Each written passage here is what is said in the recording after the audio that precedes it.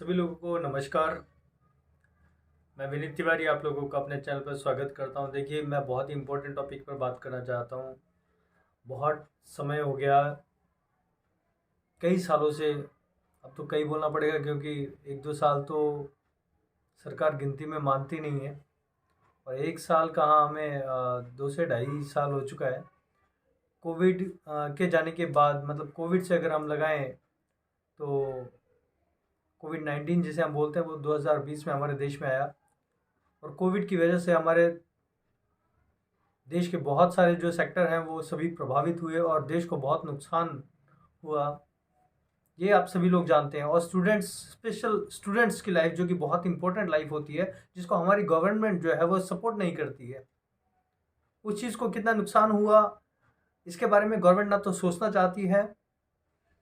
New education policy ले आई, लेकिन ना उसका इम्पैक्ट पता है। देखिए, गवर्नमेंट कोई बहुत बड़ी चीज़ नहीं है। मानता हूँ कि हाँ, रेवेन्यू, आपके पास रेवेन्यू नहीं है लेकिन आपके पास माइंड तो है। आप ये देख सकते हैं कि हमारी गवर्नमेंट जो है हमारे स्टूडेंट्स के लिए क्या कर रही है। हमारे गवर्नमेंट के लिए, गवर्नमेंट जो है हमारे स्टूडेंट्स के लिए, हमारी सोसाइटी के लिए, हमारे इन्वायरमेंट के लिए। देखिए, इन्वायरमेंट के लिए बातें तो बहुत बड़ी बड़ी हैं जैसे कि गवर्नमेंट कर रही है, लेकिन आप ये देखिए कि इम्प्लीमेंट क्या होता है, वो चीज़ मैटर करती है। अब ये देखिए, इन्होंने हमारे देश का जो आर्मी, जो कि सिक्योरिटी कंसर्न सिस्टम है, उसको इन्होंने दांव पे लगा दिया। और हमारी जो आर्मी है उसको 4 साल के लिए जो है एक तरह से ठेका प्रथा जिसे हम बोलते हैं, एक इस तरह का जो प्रोविज़न जो है वो शुरू किया है। और ये बहुत ही, जब ये आर्मी के साथ, हमारे देश की सुरक्षा के साथ, सिक्योरिटी कंसर्न्स के साथ जब ये इतने छेड़छाड़ कर सकते हैं, तो आप ये सोचिए कि आप भावी ब्यूरोक्रेट्स हैं, आप ब्यूरोक्रेसी की लाइन में जाने वाले हैं। तो गवर्नमेंट जो अपनी सुरक्षा, हमारे हमारे देश की सुरक्षा के साथ खिलवाड़ कर सकती है, वो ब्यूरोक्रेट्स के साथ भेदभाव क्यों नहीं करेगी। ब्यूरोक्रेट्स के साथ भेदभाव और उनको वो नीचा दिखाने के लिए हमेशा जो है कोई ना कोई ऐसा कृत्य करेगी। जैसे गवर्नमेंट ने अभी क्या किया, कुछ ही साल पहले जो है गवर्नमेंट एक ऐसी पॉलिसी लेके आई है, एक ऐसा प्रोविज़न लेके आई है जिससे आप जो है सेकंड डोर से, ओनली इंटरव्यू के थ्रू, विदाउट रिटन एग्जामिनेशन जो है, गवर्नमेंट कुछ लोगों को सेलेक्ट करेगी जो कि उनके ब्यूरोक्रेसी का हिस्सा बनेंगे। अब ये देखिए कि हम इतने सारे एग्ज़ाम्स देने के बाद इस चीज़ को गवर्नमेंट जो है कंसीडर करती है। यूपीएससी जो है इस चीज़ को समझता है कि ये जो पर्सन है वो एलिजिबल है या नहीं है, ये क्राइटेरिया को फुलफिल करने में समर्थ है या नहीं है। तो अब ये देखिए, सिर्फ एक इंटरव्यू से और एक्सपीरियंस, किसी भी प्राइवेट या कॉरपोरेट सेक्टर का जो है उसको एक्सपीरियंस हो तो वो एलिजिबल है। और मतलब एलिजिबल तो है, लेकिन सिलेक्शन वो सिर्फ इंटरव्यू पे डिपेंड करते हैं। और इंटरव्यू कौन लेगा? इंटरव्यू बोर्ड लेगा। और बोर्ड बोर्ड किसके हाथ में है? गवर्नमेंट के हाथ में। तो अब ये देखिए कि मतलब गवर्नमेंट जो है एक तरह से स्टूडेंट्स को एक दबाने का, एक मतलब आपकी सोच समझ सब कुछ आपके पास है और उसके बाद भी गवर्नमेंट ये चाहती है कि कोई भी उनकी जो मनमानी है, गवर्नमेंट की जो मनमानी है, उसमें हस्तक्षेप ना करे। तो ये बड़ी शर्म की बात है। अब आप ये देखिए कि काफ़ी समय से, काफ़ी पिछले 2-2.5 साल से, 2-2.5 साल से भी ज़्यादा हो चुका है। तो जो स्टूडेंट्स हैं वो बहुत ही ज़्यादा जो है बहुत ही टेंशन में है कि उनका जो है अटेम्प्ट ख़राब हुआ है और उस अटेम्प्ट को लेकर वो एक एक्स्ट्रा अटेम्प्ट की मांग कर रहे थे। और देखिए, एक्स्ट्रा अटेम्प्ट एक तो नहीं, 2 देना चाहिए क्योंकि 2 साल जो है पूरा जो है लॉकडाउन चला है। उसके बाद जो पार्लियामेंट्री कमेटी है, पार्लियामेंट्री स्टैंडिंग कमेटी जो है, 112th पार्लियामेंट्री स्टैंडिंग कमेटी, उन्होंने इस बात को रिकमेंड किया गवर्नमेंट को कि आप जो है इस चीज़ पर जो है पुनः विचार करें और स्टूडेंट्स के लिए जो है, स्टूडेंट्स के हित में, उनके इंटरेस्ट में जो है वो फैसला लिया जाए। लेकिन गवर्नमेंट जो है बिल्कुल भी सुनने को तैयार नहीं है। उन्होंने इसको दरकिनार कर वो अपनी मनमानी करने पे उतारू है। तो देखिए, हम सभी लोग स्टूडेंट्स हैं, हमारे पास ना गवर्नमेंट पावर है, लेकिन इलेक्शन का दौर है। देखिए, स्टूडेंट पावर कहते हैं कि एक बहुत बड़ी पावर होती है। आपके हाथ में पावर है। पावर क्या है? यूनिटी की। और यूनिटी हम कैसे बना सकते हैं? देखिए, कभी भी वो लोग हमेशा यूनाइट होते हैं जिन लोगों के गोल्स एक होते हैं। और जब गोल्स जब एक होते हैं तो वो लोग बहुत आसानी से जो है यूनाइट होते हैं। मेरी आप सभी से एक पुनः जो है एक गुजारिश है कि आपस में बहुत सारे मतभेद जो है हमारे बीच में, कई जो हैं गुट बन चुके हैं इतने। कोई भी चीज़ एक लंबे टाइम तक जब चलती है, उसका कोई निष्कर्ष जब नहीं निकलता है, तो वो गुटों में डिवाइड हो जाती है। और गुटों में डिवाइड होने के बाद वो अपना सिस्टम अलग चलाते हैं, दूसरे लोग अपना सिस्टम अलग चलाते हैं, जिससे जो पीपल, वो लोग जिनको इस चीज़ का फ़ायदा होना चाहिए, जिनको आउटपुट मिलनी चाहिए, वो आउटपुट नहीं मिल पाती है। तो मैं आज जो है बहुत सारे युवाओं ने जो है मुखर्जी नगर दिल्ली में प्रदर्शन किया। पहले भी कई बार प्रदर्शन हुए हैं, लेकिन देखिए, इलेक्शन का दौर है। प्रदर्शन को जोरों शोरों से अगर हम करेंगे तो ही उसका जो है फल इस समय बहुत तेजी से निकलने की संभावना है। क्योंकि देखिए, आपको याद होगा, किसान जो कि लगभग 1-1.5 साल तक, शायद 1 साल से ऊपर जो है, वो दिल्ली में बैठे हुए थे, दिल्ली के बॉर्डर पर जो है बैठे हुए थे। किस प्रकार ठंड में उन्होंने ठंड की रातें सड़कों पर काटी है, वो हम सभी ने देखा है। इस सरकार ने इतना भी नहीं सोचा कि उन लोगों के लिए कोई इंतज़ाम किए जाएं, और उन लोगों ने अपने घर बार छोड़ के अपना पूरा, एक तरह से उन्होंने वहीं पर अपनी झोपड़ियाँ या जो भी उन्होंने बनाया, और वो लोग अपने ही साधनों से जो है वहाँ पर इतने दिन तक सर्वाइव कर पाए। और बहुत सारे लोगों की वहाँ पे डेथ भी हुई, जैसे कि हम लोग जानते हैं। तो देखिए, हम लोग स्टूडेंट्स हैं, हमारे पास कोई इतने सोर्स नहीं है कि हम इतने दिन तक अपने घर से दूर जो है इस मांग को लेकर जो है डटे रहें। लेकिन हाँ, हम लोग अगर यूनाइट होकर प्रोटेस्ट करते हैं, अपनी मांग को अगर मनवाने के लिए अगर हम डटे रहते हैं। देखिए, किसान, जय जवान जय किसान का नारा बहुत प्रचलित हुआ है, और इन्होंने क्या किया, जय जवान को भी ख़त्म कर दिया, और किसानों पर भी बहुत अत्याचार करने की कोशिश की। और उसके बाद जब किसान अपनी जिद पर जब अड़े रहे, अपनी मांगों के लिए जब वो अड़े रहे अपनी मांगों को लेकर, तो उसके बाद इस सरकार को जो है झुकना पड़ा। लेकिन आप ये देखिए, एक इतना लंबा जो संघर्ष जो उन्होंने किया सड़कों पर, उसका जो है रिजल्ट उन्हें मिला। तो हमें भी कहीं ना कहीं ये सोचना चाहिए कि लड़ना तो पड़ेगा, और एक कोई अकेला मेरी लड़ाई नहीं लड़ेगा, हम सभी को इस लड़ाई में जो है सहभागी होना पड़ेगा। देखिए, और अगर अभी नहीं लड़े तो आने वाले समय में ये मौका आपके हाथ से चला गया है। बहुत सारे लोग जो हैं इस अटेम्प्ट को लेकर कई आशा छोड़ भी चुके हैं। देखिए, मेरी फिर से एक विनती है आपसे कि देखिए, 26 नवंबर, वैसे तो आज भी जो है एक बहुत विशाल जो है कैंडल मार्च किया गया मुखर्जी नगर दिल्ली में, और 26 तारीख को एक विशाल जो है एक प्रदर्शन, एक प्रोटेस्ट जो है वो किया जाएगा मुखर्जी नगर में। आप सभी लोगों से मेरी ये अपील है, मेरी ये प्रार्थना है हाथ जोड़कर, कि आप लोग उस प्रोटेस्ट में ज़रूर भाग लें। बहुत सारे लोग अपनी आशा को छोड़ चुके हैं, लेकिन मैं विश्वास दिलाता हूँ कि अगर ये इलेक्शन का दौर है, इस समय अगर स्टूडेंट्स ने अगर अपनी यूनिटी को दिखाया, तो हो सकता है ये गवर्नमेंट, जो कि एक तानाशाही और डिक्टेटरशिप की तरह जो है रूल कर रही है, ये कहीं ना कहीं स्टूडेंट्स की यूनिटी से डरकर अपने फैसले को, जो कि ये सुप्रीम कोर्ट की और पार्लियामेंट्री कमेटी की बात को नहीं मान रहे हैं, उसको ये बदलेंगे और स्टूडेंट्स के इंटरेस्ट में जो है फैसला लेंगे और ले सकते हैं।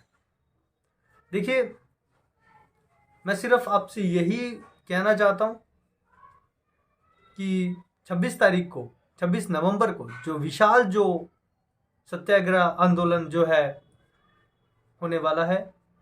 देखिए, सत्याग्रह आंदोलन जो कि हमने हिस्ट्री में भी पढ़ा है, उसने अच्छे तानाशाही रवैये जो अंग्रेजों के रहे हैं, उनको अहिंसा के मार्ग पर चलकर उनको झुका दिया है। तो देखिए, आज की सरकार कोई अंग्रेजों से ज़्यादा अत्याचारी तो नहीं है जिसे हम ना झुका पाएँ। तो आप लोगों का जो सपोर्ट है, आप लोगों की जो यूनिटी है, वो इस चीज़ में बहुत ज़्यादा जो है कारगर साबित होगी। और आइए चलते हैं, अब हम वो वीडियोस देखते हैं आज की, जो आज कुछ प्रोटेस्ट जो है वहाँ हुए और वहाँ के स्टूडेंट्स ने किस प्रकार कैंडल मार्च किया और उसमें भाग लिया, और वहाँ के स्टूडेंट्स की डिमांड क्या है और उन लोगों की वेदनाएं क्या हैं। आइए हम सुनते हैं, चलते हैं अपनी अगली वीडियो पर। देखिए, वीडियो को पूरा देखिएगा ताकि आपको पता चले कि ये बच्चे कितने पीड़ित हैं, कितने समय से ये सड़कों पर बैठे हैं अपनी मांगों को लेकर, लेकिन गवर्नमेंट जो है इनको बिल्कुल भी इनकी तरफ ध्यान नहीं दे रही है। लेकिन हाँ, अगर आप लोगों का अगर सपोर्ट रहेगा, आप लोग अगर हमारे साथ यूनाइट होकर एक साथ कदम से कदम और कंधे से कंधा मिलाकर अगर चलते हैं तो इस सरकार को झुकना पड़ेगा। आइए देखते हैं, वीडियो देखते हैं कि आज जो है किस प्रकार इन स्टूडेंट्स ने जो है कैंडल मार्च निकाला और लोगों को जागरूक किया और बताया कि आने वाले समय में आने वाली पीढ़ी जो है वो कहीं एजुकेशन से वंचित ना रह जाए, वो कहीं गवर्नमेंट जॉब से या जॉब से जो है वंचित ना रह जाए। तो उस चीज़ के लिए हमें किस तरह से यूनाइट होना है, उस चीज़ के लिए आइए सुनते हैं, हम देखते हैं कुछ वीडियो।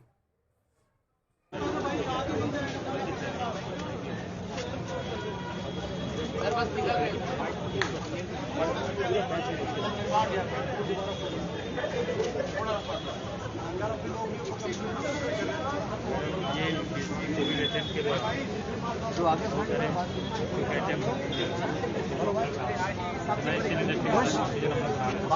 एग्जाम नहीं दे पाए, लेकिन उसकी बड़ा लाभ सिंपल से स्टेप हमको सिर्फ इसलिए दिया है बात करें ना, राष्ट्र के नाम से सेवा ले ली, ऑक्सीजन बनाओ भाई, राष्ट्र के लिए सेवा जरूरी है। तो डॉक्टर सेवा दे रहे हैं,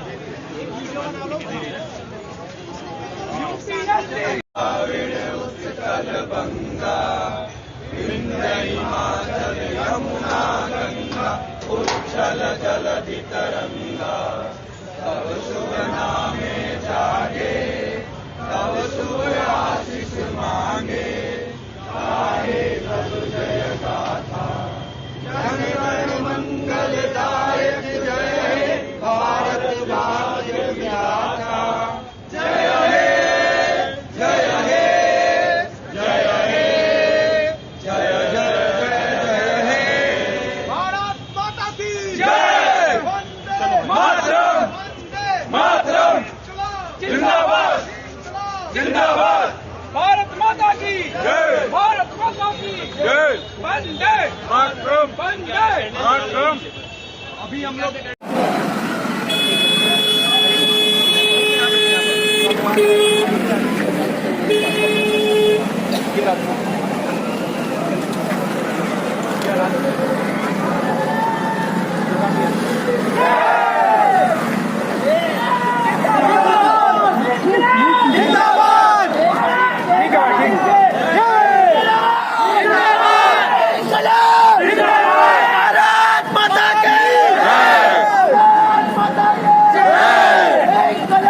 जिंदाबाद जिंदाबाद।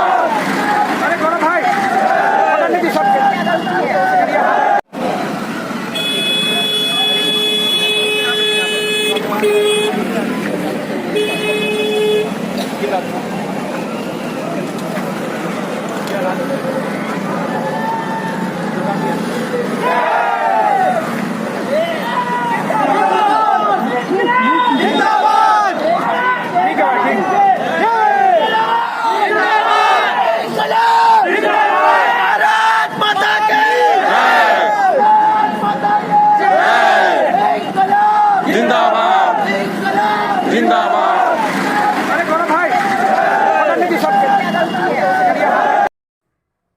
तो आपने जैसा देखा कि वीडियो में किस प्रकार से जो है बच्चे जो है वहाँ पर एकत्रित होकर कैंडल मार्च निकाल रहे हैं और कितनी मतलब बहुत ही दर्द है उनके दिल में। और मैं आपको एक और चीज़ दिखाना चाहता हूँ, हम सबके जो गुरु हैं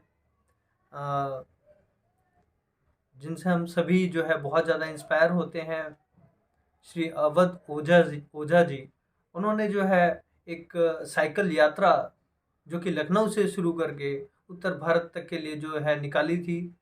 तो वो यात्रा उन्होंने इसीलिए निकाली ताकि बच्चों को जो है एक्स्ट्रा अटेम्प्ट जो है वो दिया जा सके। तो मतलब सभी लोग जो कि इतने समझदार और इतने मतलब बुद्धिजीवी लोग जो हैं वो इन सभी चीज़ों को सपोर्ट कर रहे हैं, तो गवर्नमेंट जो है उसको भी इस चीज़ को सपोर्ट करना चाहिए।